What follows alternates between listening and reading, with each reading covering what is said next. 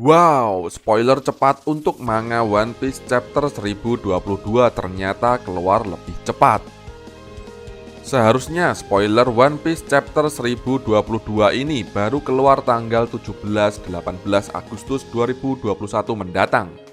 Karena manganya sendiri dijadwalkan tayang tanggal 22 Agustus karena adanya libur dari majalah Weekly Shonen Jump.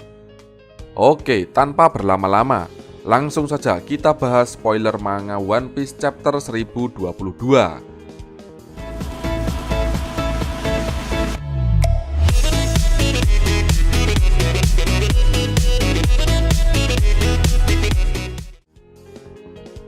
Nah, judul manga One Piece chapter 1022 rencananya akan bertulis ornamen.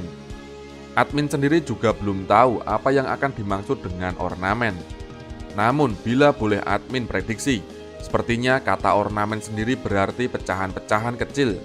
Hal ini kemungkinan akan cocok dengan gambaran dari isi manga One Piece chapter 1022 yang menampilkan pertarungan-pertarungan kecil lainnya seperti Kailer melawan Hawkins, Raizo melawan Fukurokuju, dan masih banyak lagi. Pertarungan pertama yang akan menjadi adegan pembuka di One Piece chapter 1022 ini adalah pertarungan Raizo melawan Fukurokuju. Di sini kemungkinan besar kita akan disajikan pertarungan antara kedua ninja. Tentu apabila hanya beradu shuriken saja, pertarungan tidak akan menarik.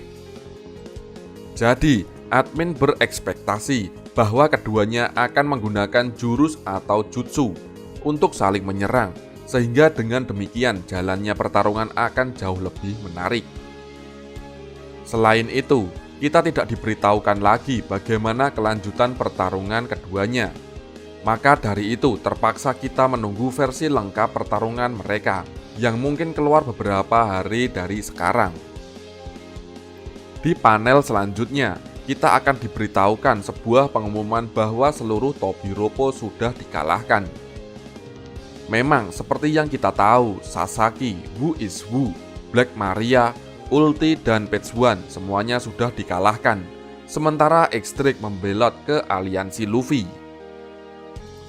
Yang menjadi pertanyaan, siapakah yang mengumumkan kekalahan Tobiropo tersebut?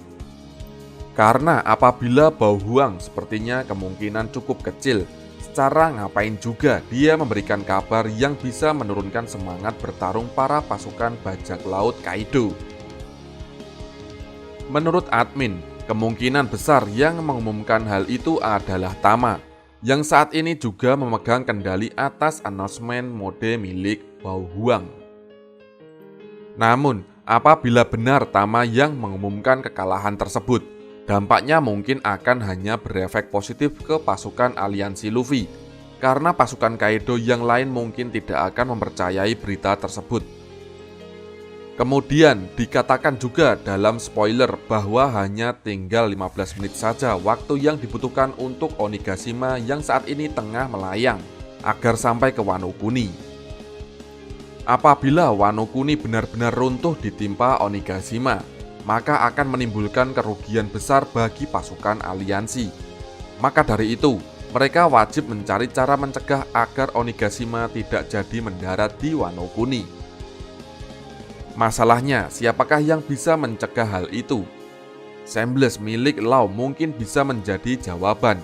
Namun tentu apabila memindahkan Onigashima ke tempat semula, stamina Law akan langsung habis seketika. Jadi, apakah cara yang tepat untuk mencegah Onigashima menghancurkan Wano Kuni? Entahlah, admin juga belum tahu. Kemudian panel akan dilanjutkan dengan menampilkan lanjutan pertarungan antara Killer melawan Basil Hawkins. Sepertinya harapan kita melihat Hawkins bertarung dengan aliansi generasi terburuk Luffy akan sirna. Karena Hawkins terlihat sangat serius melawan Killer. Hawkins sendiri kembali bermain licik dengan menghubungkan nyawanya dengan nyawa Kid. Jadi apabila Killer menyerang Hawkins, sama saja dengan ia menyerang kaptennya. Hal itu ditambah lagi kondisi Killer yang sejatinya belum pulih betul sehabis melawan Kaido. Bagaimanakah cara Killer mengalahkan Hawkins tanpa melukai kaptennya? Masih menimbulkan pertanyaan. Nah, panel selanjutnya juga akan diisi oleh cerita yang tidak kalah menarik. Entah bagaimana caranya, panel ini menunjukkan Sanji yang tengah dikeroyok oleh King dan Queen. Sanji sendiri mengakui bahwa ia cukup kesulitan menangani dua All-Star sekaligus. Namun di posisi ini, kita belum tahu apakah Sanji sudah memakai Right Switch miliknya atau belum. Di sisi lain, ternyata si licik Perospero tengah membidik Sanji dengan panah permen miliknya. Untungnya Nekomamushi datang tepat waktu dengan menggagalkan serangan tersebut. Nah, ini juga menjadi awal terjadinya pertarungan kecil yang baru, yakni Nekomamushi melawan Perospero.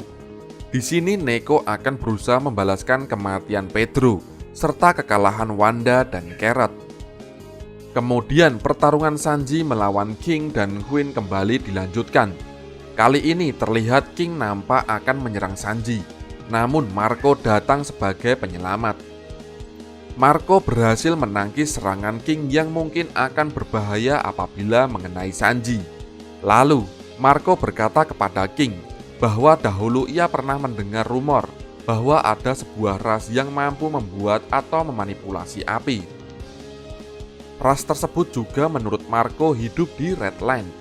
Wow, apakah ras yang dimaksud Marco itu benar ras King? Kalau memang iya, berarti King ini cukup spesial dan kemungkinan akan mendapatkan flashback mengenai masa lalunya. Sementara itu, akhirnya Zoro diperlihatkan pulih setelah meminum obat dari ramuan suku Ming.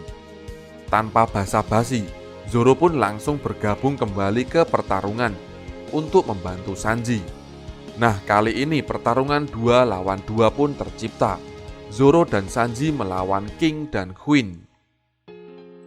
Di akhir panel, diperlihatkan kalau Sanji dan Zoro menyerang King dan Queen secara bersama-sama.